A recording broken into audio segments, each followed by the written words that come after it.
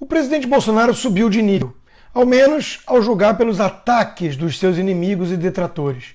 Antes ele era um genocida, um sociopata, o responsável por cada uma das mortes com Covid-19 no Brasil, sendo que o STF delegou aos estados e municípios o controle da pandemia, sendo que na Argentina morreu mais gente por milhão de habitantes, sendo que em São Paulo o crescimento de óbitos em 2020 foi o dobro da média nacional. Aliás, sobre isso, um parêntese. Alguém me explica por que o governador de um estado que teve o dobro no aumento de mortes no país, que comanda um dos piores estados em termos de pandemia, está dando lições de moral a todos os outros? Mas voltemos ao upgrade do presidente Bolsonaro. Cá entre nós, de genocida para consumidor compulsivo de leite condensado, houve uma baita melhora.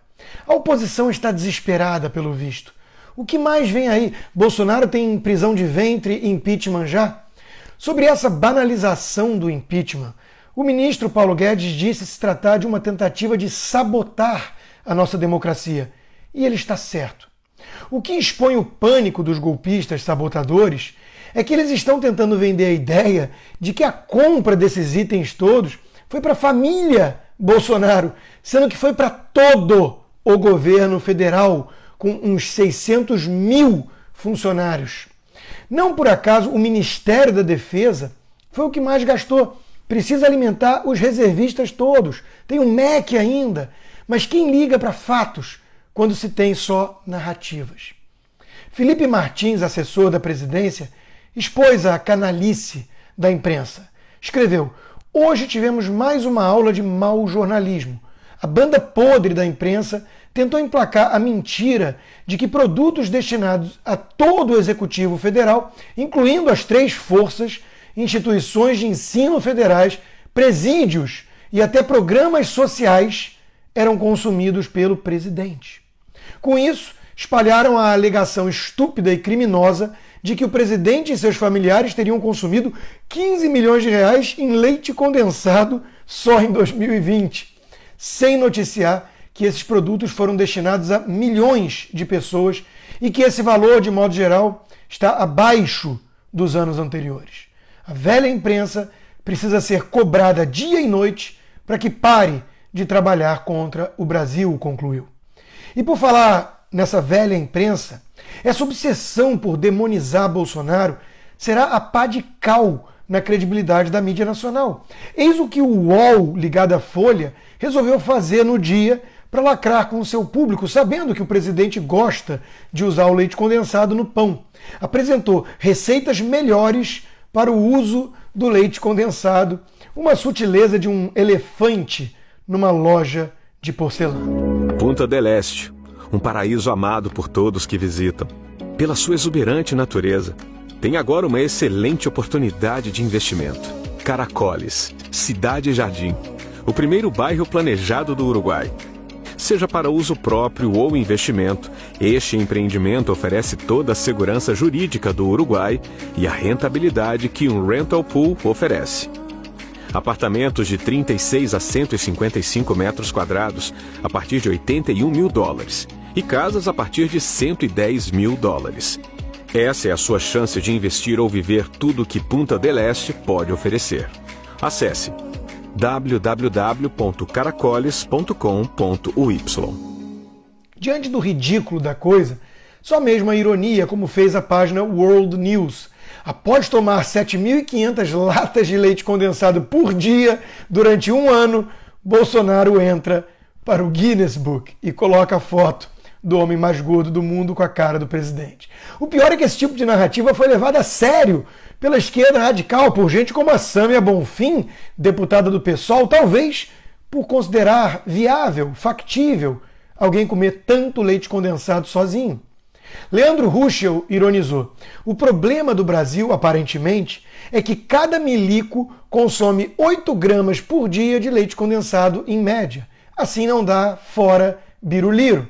Em seguida, ele constatou com mais seriedade: o factoide do leite condensado e dos gastos com a alimentação do governo federal inteiro, atribuído como decisão e gasto do próprio presidente, demonstra o nível de canalice, histeria e manipulação alcançados pela extrema imprensa.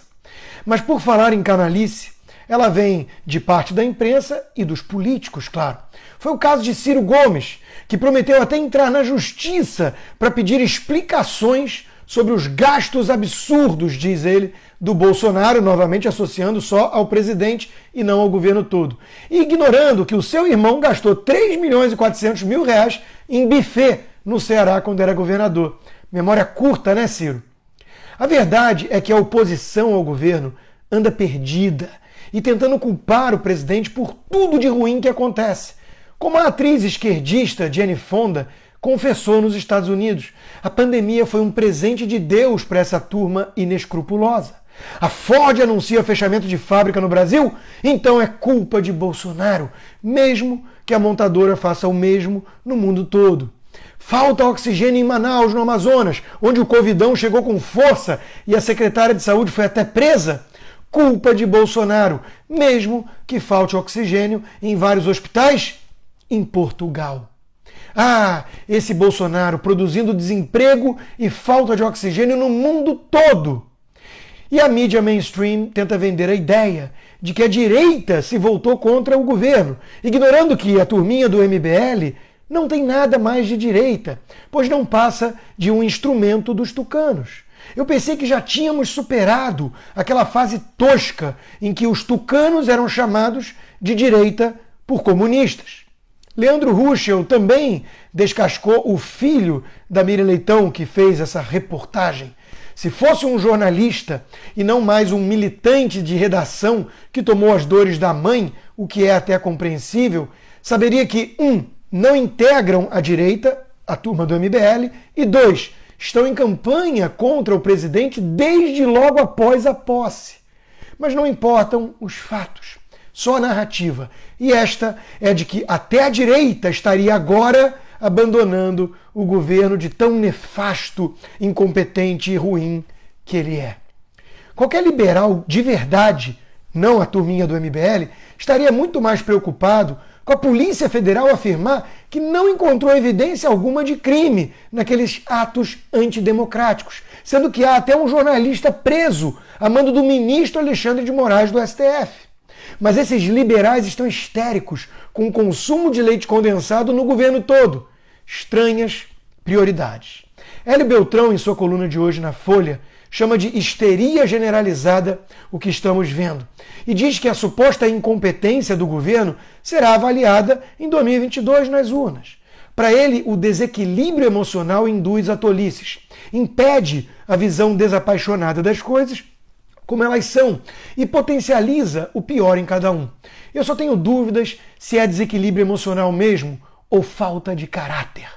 Diz Hélio, os erros do governo foram alçados pela parcela mais histérica à condição de crimes de responsabilidade que carecem de materialidade. Não se discute que suspeitas de crime precisam ser investigadas, como o caso das rachadinhas. Porém, é preciso ter os pés no chão e não misturar desejo e torcida com os fatos. Mas os anti-bolsonaristas não querem aguardar as urnas, tampouco se preocupam com materialidade de eventuais crimes, não ligam para os fatos e deixam o seu desejo e sua torcida turvarem a análise da realidade. Distorcem tudo para pintar Bolsonaro como um monstro, como alguém pior até do que Lula. Sequer se incomodam de dar as mãos ao próprio PT se for para desgastar o governo. Fazem tudo pelo poder e para o inferno o Brasil. Mas não pensem que o povo lá fora da bolha não está atento a isso tudo que tem acontecido.